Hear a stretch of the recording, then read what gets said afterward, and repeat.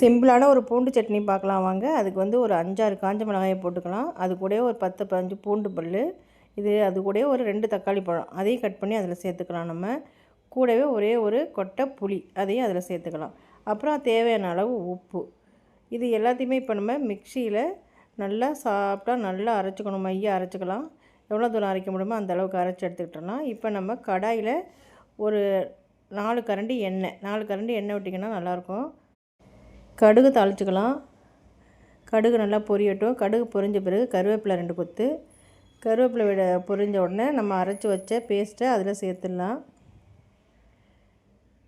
எல்லா பேஸ்ட்டெல்லாம் ஒன்றா சேர்த்து ஒரு சுண்டுற அளவுக்கு கொதிக்க விடணும். அவ்வளோதான். ரொம்ப நேரம்லாம் கொதிக்க வைக்க வேண்டாம். ஒரு நிமிஷம் போல் கொதித்தாலே போதாது. அந்த ஈரப்பதம் அதில் இருக்கிறது போகணும். அவ்வளோதான். நம்ம தண்ணி எதுவும் சேர்க்கலை. இங்கே பாருங்கள், தளன்னு சூப்பராக வந்துட்டு. கொஞ்சம் எண்ணெய் எக்ஸ்ட்ரா தான் விடணும் இதுக்கு. இந்த பூண்டு சட்னி வந்து எல்லாத்துக்குமே சூப்பராக இருக்கும். இட்லி, தோசை, அப்புறம் சாதத்துக்கு கூட சைட் டிஷ்ஷாக வச்சு சாப்பிட்லாம்.